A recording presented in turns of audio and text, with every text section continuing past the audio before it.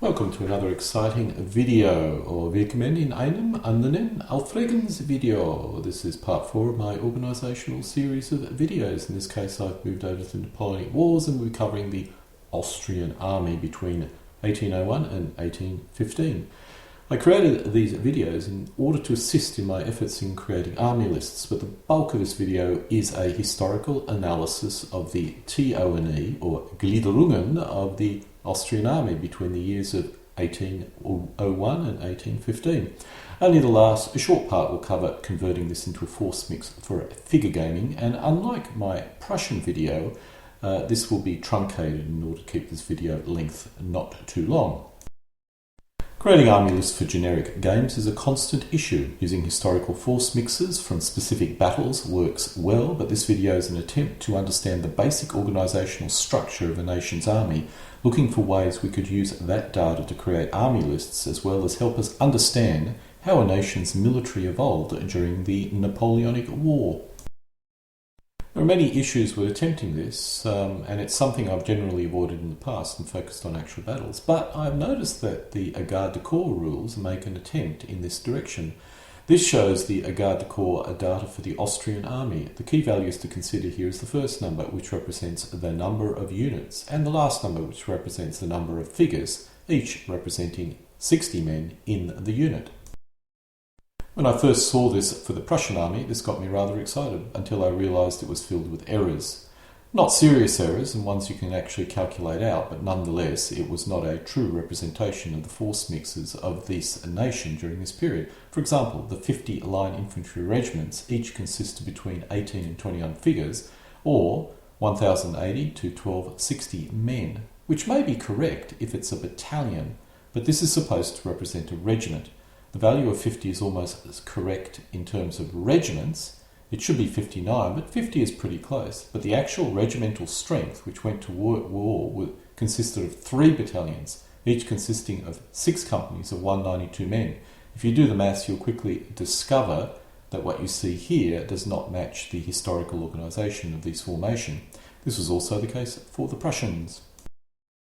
On the other hand, the grenadier values are correct. There were 21 regular grenadier battalions, each consisting of 4 to 6 companies of 143 men.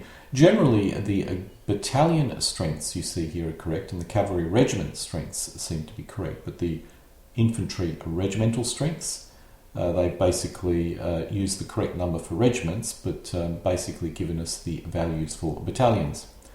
Based on this, if you don't modify it or understand the data, you could actually feel the rather unbalanced force mix with too many grenadiers and too few line infantry. Unfortunately, my hope this data would make the job of determining the TONE of an Austrian army was kind of dashed. This is no surprise, and the same occurred with the Prussian army. However, the basic concept does have merit, and I've decided to conduct a historical analysis of the Austrian army in this period in order to correct this chart.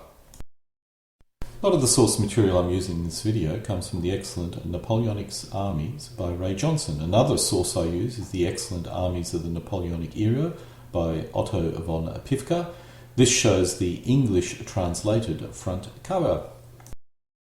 In my attempts to discover good source material to use for this video, I did find this. I do not possess this book, but I must admit this looks like a very interesting reference document which I will consider purchasing. I found this on Scribd, or Scribd, which is a site I have no experience with. I have to assume it's probably safe, but anyone who wishes to access this may wish to be cautious, at least initially. Quick caveat, this video is an overview of this topic and not an in-depth, historically enlightening analysis. I'm sure others possess superior knowledge and experience in this topic, but for those who wish a layman's analysis, this video is for you. Before we get into the details of the TONE of the Austrian army, or Österreichische Army, I will first provide a brief overview of the different troop types which the Austrians employed. As I will be describing units based on these troop types, it's important to understand what they are. In most part, this is self-evident, but some troop names are confusing and the history of their origin is often obscure. The military loves tradition.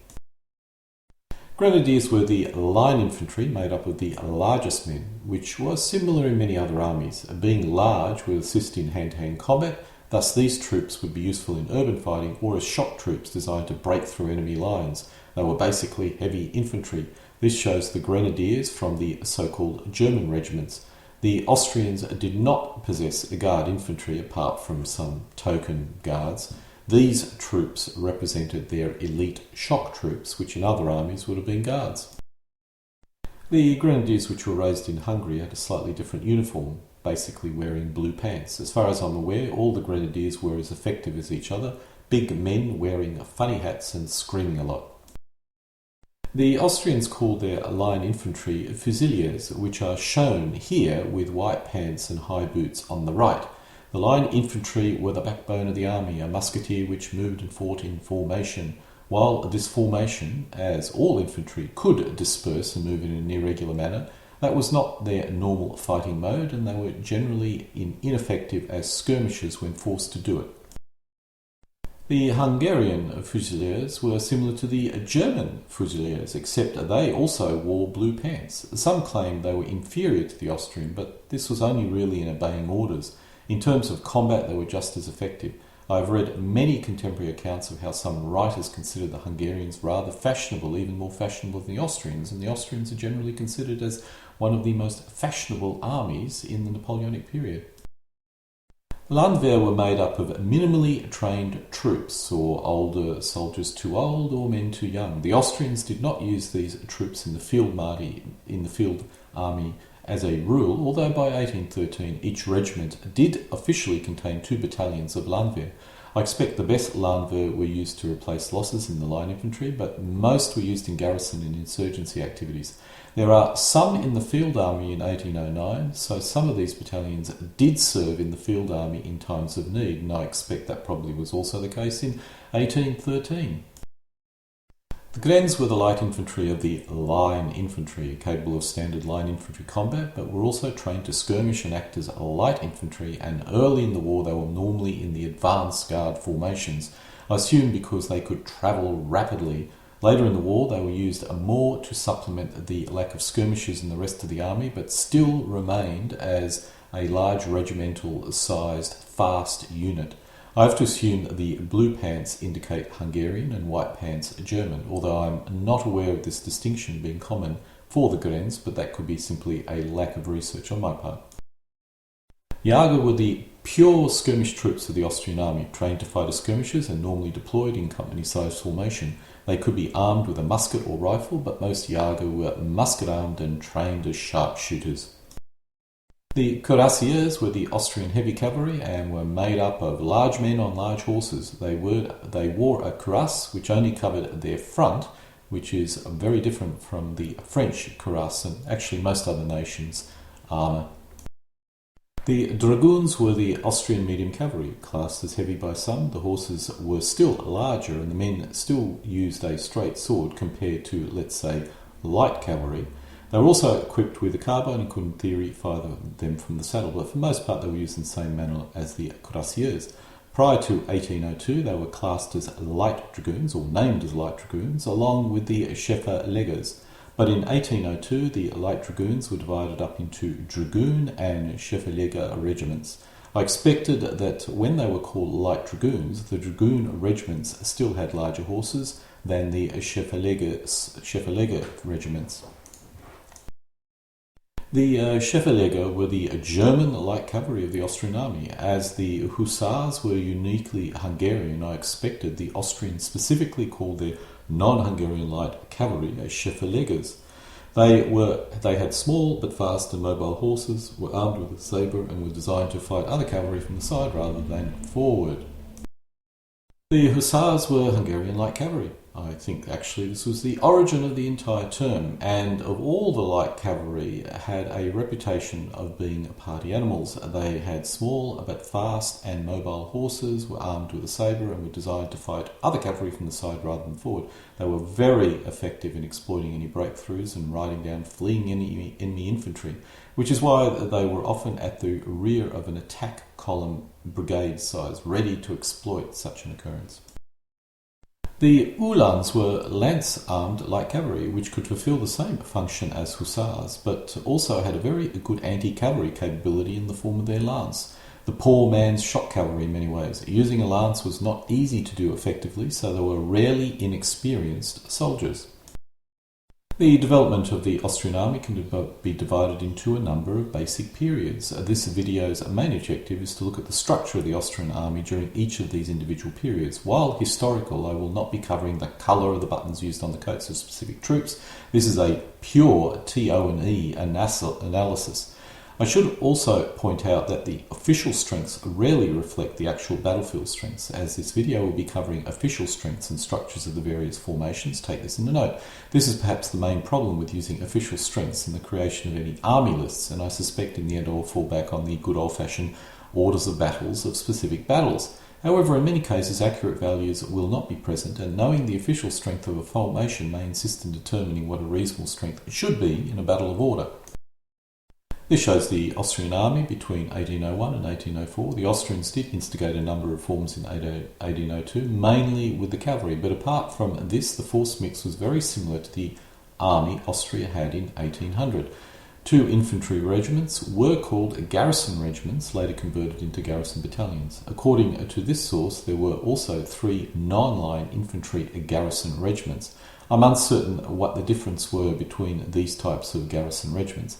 The Grenadier Battalion manpower came from the line grenadiers that were deployed in each of the infantry regiments. At least that was the case in 1805, and I think it is also the case earlier.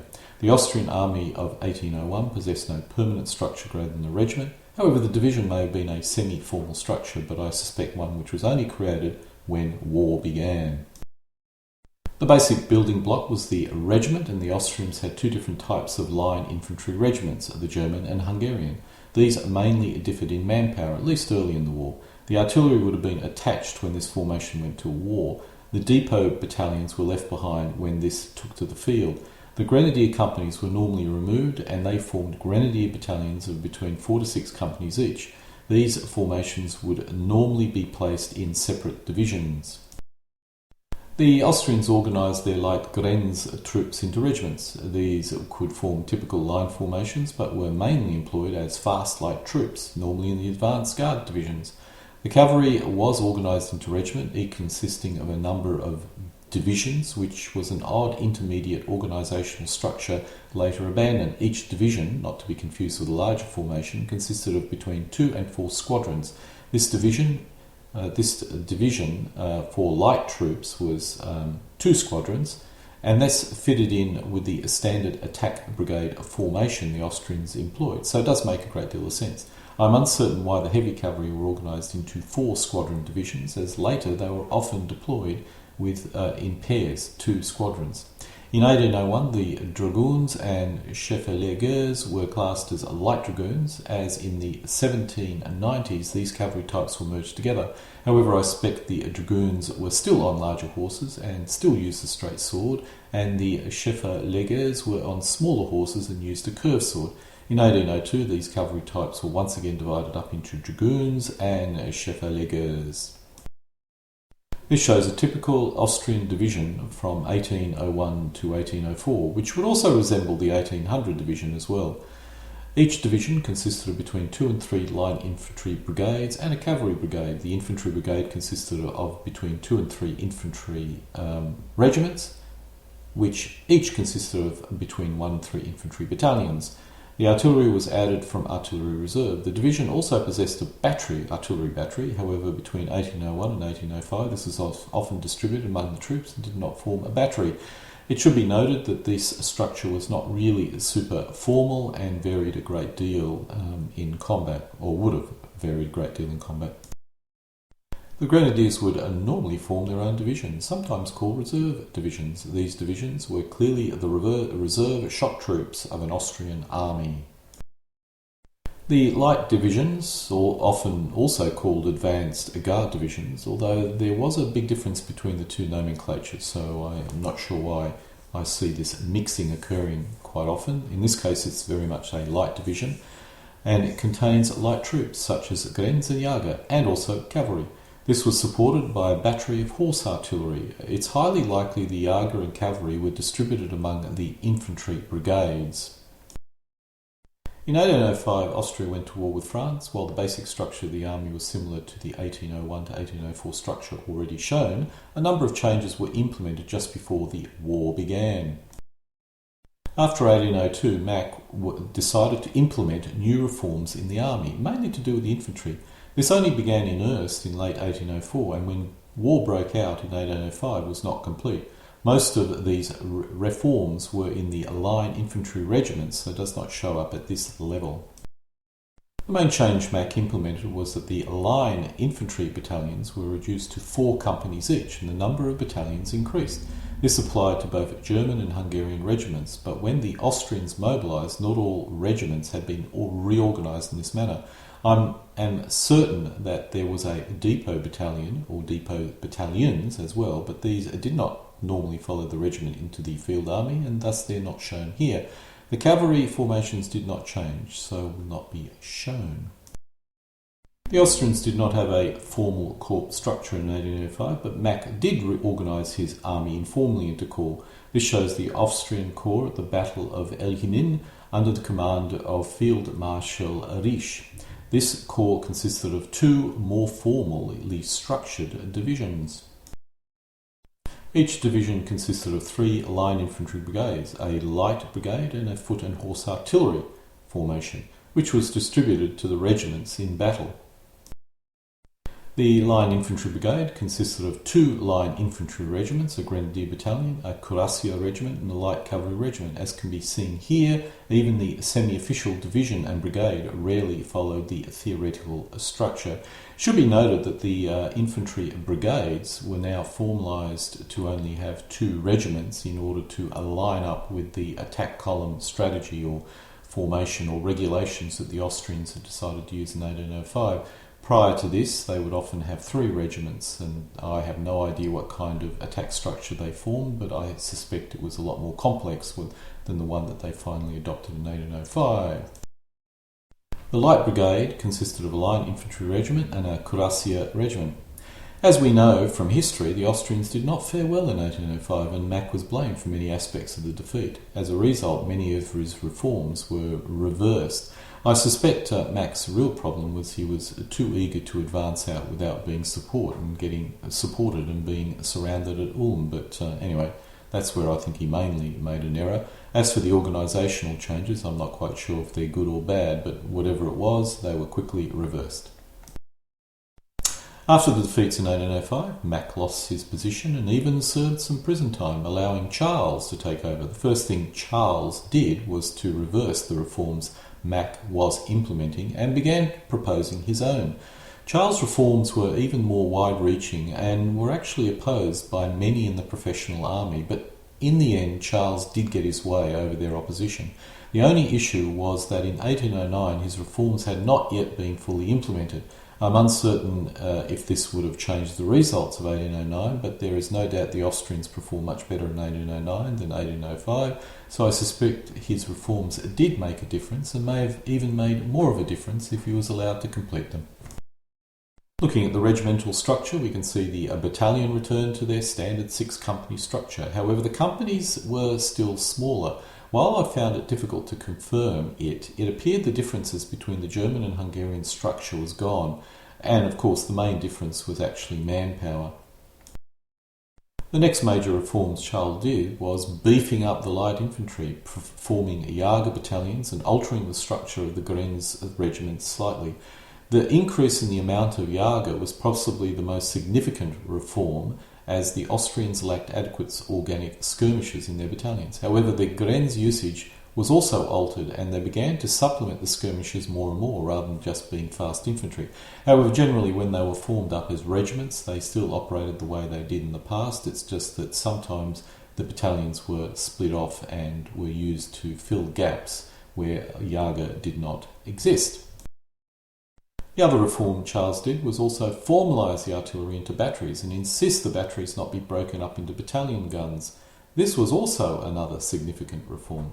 But the really largest and most significant social reform, although I don't think it had that much of a impact on the battlefield, was the creation of the Landwehr. And this was the reform that had the greatest opposition. While the Landwehr were not generally included in the field army, they were intended to perform insurgency and garrison activity, freeing up regular troops. I'm not sure how extensive the Landwehr were in 1809, but there was a lot of battalions raised, and a dozen were in the field army at Wagram. The other reform was Charles decided to make the corps structure formal rather than ad hoc. It did, as I said, exist in some form of ad hoc state in 1805, but to the best of my knowledge, there were no permanently stationed officers or support structure. Charles changed this and created corps cadres which could be quickly filled out in times of war. Each corps consisted of two infantry divisions and one light division, as well as supporting artillery and pioneer division. This was similar to the 1805 ad hoc corps, but the artillery were to be definitely kept in battery-sized formations instead of being distributed to battalions. Basically, in 1809, the battalion gun strategy that many nations had used prior to this had been abandoned by the Austrians as being ineffective. The infantry division consisted of 2 brigades, each of which had 2 regiments and an artillery battery. It's highly likely the cavalry and light infantry in the light division were allocated to the infantry brigades when in the field. In their formal structure or attack or brigade level attack column structure, the brigade needed at least 2 squadrons of cavalry at the rear to exploit any gaps, and generally also had light infantry to act as skirmishers at the front, and also, as you can see here, had an artillery battery in the centre at the rear. And this was pretty similar to the Prussian structure and to an extent the French structure. Now, I assume that this attack structure that the Austrians had now formalised in 1809 were probably copied from the French. The light division consisted of either a Jager battalion or a Grenz regiment. Some had Grenz battalions as well. Supporting this formation was a light cavalry regiment. I'm uncertain if this division was expected to operate independently. Most likely it was broken up and distributed to the line infantry divisions. A brigade attack column would have required at least 2 squadrons of cavalry each and 1 or 2 companies of skirmishers each to support it correctly. On the other hand, if a Grenz regiment was included, this almost certainly operated as an independent regiment, but it may have split off some companies of light troopers skirmishers for the line infantry brigades. The Austrians also formed 2 reserve corps, which were made up of grenadier battalions and Cuirassier regiments. As the name implies, this would have been the Army Reserve, and with 1 serving in Italy and 1 in Germany proper. While the Austrians did lose this war, they performed much better than they did in 1805. Again, a peak strength French army, perhaps weakened by the Spanish situation, but what Napoleon had, regardless, was highly experienced troops. Almost certainly more experienced than even in 1805. At the Battle of Aspern-Essing, Napoleon suffered his first real loss, although Eylau is often claimed to be a loss as well. I tend to call it a bloody draw. This shows the Austrian order of the Battle of Wagram for the Advanced Guard and the First Corps. In the First Corps, the Advanced Guard Brigade has a horse artillery battery, which is missing from my TO&E, but is otherwise, this division or brigade is the same. The infantry divisions match extremely well. The reserve artillery is of great interest to me, as getting this kind of info is difficult for standard TO&Es. The Advanced Guard, which is a sort of special corps not covered in this video, is also of interest. Most interesting is the presence of Landwehr, which I was not aware was actually deployed in the field army. In this case, it was deployed at battalion strength. Even if the Austrians did better in 1809, they did lose, which resulted in Charles being demoted, against his will, with Karl Philipp, Prince of Schwarzenberg, slowly taking over the organisation and leadership of the army. The major changes in this period were the disbandment of formations due to loss of territories, with up to 10 infantry regiments and 6 Grenz regiments being disbanded. The Grenz went on to serve under the French until 1813, when they flipped sides once Austria joined the war against the French. The main military operation during this period was a campaign in Russia, first by 1 corps and later a 2nd corps was being formed to assist. The corps the Austrians sent into Russia in 1812 modified the Light Division a great deal, but otherwise was similar to the 1809 corps. There were 3 infantry divisions, each consisting of 3 brigades and 2 regiments each. So there was an extra division that you would normally expect, but otherwise the structure within the divisions was much the same. 2 grenadier battalions were attached to one of the divisions. The Light Division consisted of a Jager battalion, which was pretty typical, but the cavalry component was rather large, with 5 regiments being attached. At the end of 1812, a second corps, which I have to assume was probably similar to this, was being formed to assist the Austrian corps retreating in Russia. In 1813, the Austrians displayed much more caution and carefully mobilised and prepared for war. They were determined not to lose again, as they thought if they lost again that would be probably the end of the Habsburgs. When they took to the field in 1813, they displayed also extraordinary caution in the field, which is probably a good thing, as Napoleon loved to take advantage of enemy mistakes. Apart from some minor battles early in their involvement, they pretty much avoided any serious mistakes. The Austrian army in 1813 was smaller than 1809, but to compensate for the loss of manpower, the Landwehr were added to each line infantry regiment and took the place of garrison and depot troops, as well as providing additional replacements for losses in the field. This allowed the Austrians to concentrate a higher proportion of their professional troops in the field army. As a result, the Austrians were still quite formidable. In times of need, some Landwehr battalions may have served in the field army as they did in 1809. The cavalry formation structure experienced significant changes. The regiments were now formalised at between 4 and 6 squadrons each, and the division layer being removed. While in theory the Austrians had 8 corps, in 1813 only 2 were mobilised and only an additional 3 were secretly mobilised before they went to war. I'm uncertain where the other corps were allocated, but I assume that they were formed at a later date and probably were sent to Italy.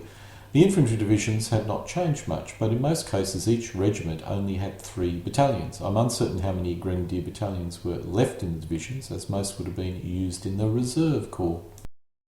The Light Division, or Advanced Guard Division to be more specifically correct, was changed a great deal compared with 1809. It now contained a full-line infantry brigade, a Jager battalion and supporting cavalry. In some cases the Jager battalion was replaced with a Grenz regiment or even battalion. It seems like the Jager and cavalry may have been distributed to the other 2 divisions, but the Advanced Guard did have some independent strength in the form of their line infantry brigade. It's also possible the structure was simply convenience. 3 infantry divisions with supporting skirmishers and light cavalry. The Reserve Corps contained most of the grenadiers and heavy cavalry, but also included line infantry regiments. In theory, there were 2 Reserve Corps, but only 1 took to the field initially. Once again, I suspect the second was raised later and probably sent to Italy. This shows the Austrian army at Leipzig. All corps had an advanced guard division of varying strengths. Most corps had 2 divisions of reasonably consistent strength, and only 1 corps possessed a single division only. The artillery is of most interest, as getting good data on Austrian artillery formations is not easy.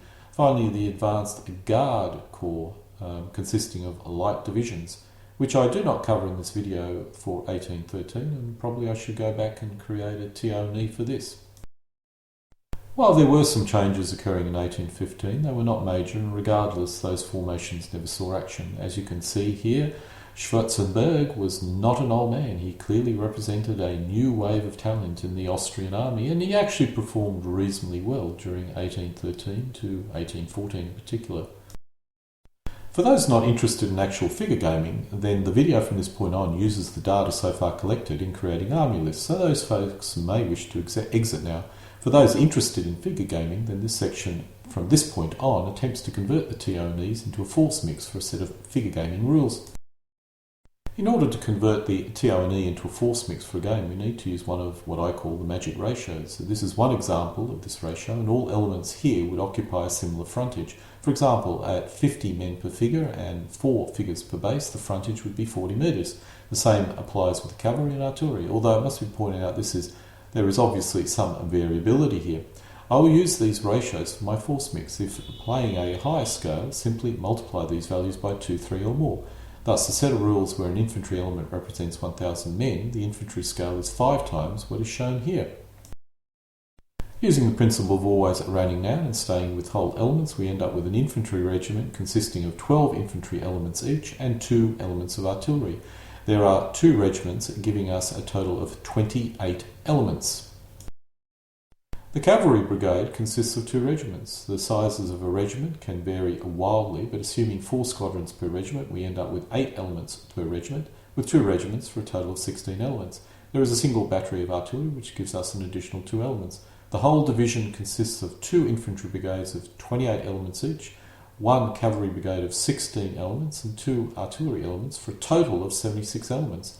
This is probably too large a force mix to field in a short game, but it is actually possible at the scales that I've just mentioned. If we look at the Grenadier Division, we end up with 2 brigades of 18 elements each and 2 foot artillery elements for a total of 38 elements. This is a very manageable force mix, if extremely unbalanced. The Austrian Light Division consisted of 4 Grenz regiments of 13 elements each, a Jager battalion of 6 elements, 2 regiments of 4 Dragoon elements, and 2 regiments of 4 Hussar elements and 2 horse artillery elements, giving us a total of 76 elements. This is also very large, but it's probably possible to field in a long game. The only point which I've noticed here is using a figure scale of 50 men per figure, it's actually hard to field any kind of practical balanced force. While I saw this kind of with the Prussians, it's really obvious for the Austrians. I'm uncertain about 1801, but in 1805 the Austrians freely mixed formations between divisions. So most corps, that is when we're looking within a corps, had all the light troops in a single division, but actually this was distributed around the other divisions when they actually took to the field. It would seem reasonable light troops such as Jager would be shared out among these line infantry divisions. If correct, an accurate army list needs to take into account all forces in a corps-size formation, or putting it another way, a corps is the smallest formation you should consider fielding if you want a balanced force. This makes army list generation rather difficult and is something I suspect I need to allocate more thought on. Let's come back to the Garde du Corps data. This shows the data for Austria corrected by myself. If we look at the German line regiment entry, this means there are 46 units. Each unit consists of 72 figures of line infantry. Each figure represents 60 men. Obviously, this is 3 battalions. The figure scale for those rules, that is Garde du Corps, is 1 in 60. The 5D is the melee grade and the morale grade, the A and B being guard or elite, C being veteran, and so on. In this case, the morale grade is D, which means it's average or standard regular troops. Garde du Corps uses different descriptions for morale, but this is my generic interpretation of what these values mean. The 5 is its melee grade, with a 5 sitting around the centre of the range of between 1 and 10. As you can see, the Grenadiers at 9 are much better in melee than the line infantry. I have no comments on the accuracy of these values, and they are dependent on the game system, but I find it interesting seeing what other people's opinion of such a difficult to pin down metric or comparison is. The artillery values are problematic, and I'm uncertain how accurate they are, but assuming they are accurate, the values start with the number of batteries, in this case 10. The 6-0H means there are 6 cannons and no howitzers in the battery. The final evaluant is the deployment ratio. For each 18 units that you deploy in your army, battalion size, you deploy 1 artillery battery. I suspect the ratio is the rules designer's opinion only, but it seems reasonable. I'm beginning to feel really the best system for creating an army list is by looking at the battle order of battle, or if you look at the period and focus on a corps-sized formation as the basic unit. Players who wish to use rules which cannot support a corps could pick the units they wish to field from the corps-sized formation and play away. As a corps is about 20,000 men, actually 15,000 to 30,000, and assuming a maximum element count of 50, the scale we need to be considering is probably 400 men per element, or 100 men per infantry figures, and 80 men per cavalry figures, and 8 guns per artillery figure. This scale is not used by the majority of rules, which are being played right now, but at least most rules could field a full corps if they allow for 100 elements per side, or if they basically assume the corps is cut down in some way, shape or form. In summary, I'm uncertain if it's possible to create a useful army list for a set of rules which uses a smaller scale and simply multiply this as you ramp up your scale. So picking 50 to 1 doesn't give you a force mix you can use for a set of rules that uses a scale for 50 men per figure. I think you can only do this system, that is create a universal set of army lists and then just scale up as you need, if you start with a scale of 100 men per figure and then attempt to model a full corps or some equivalent.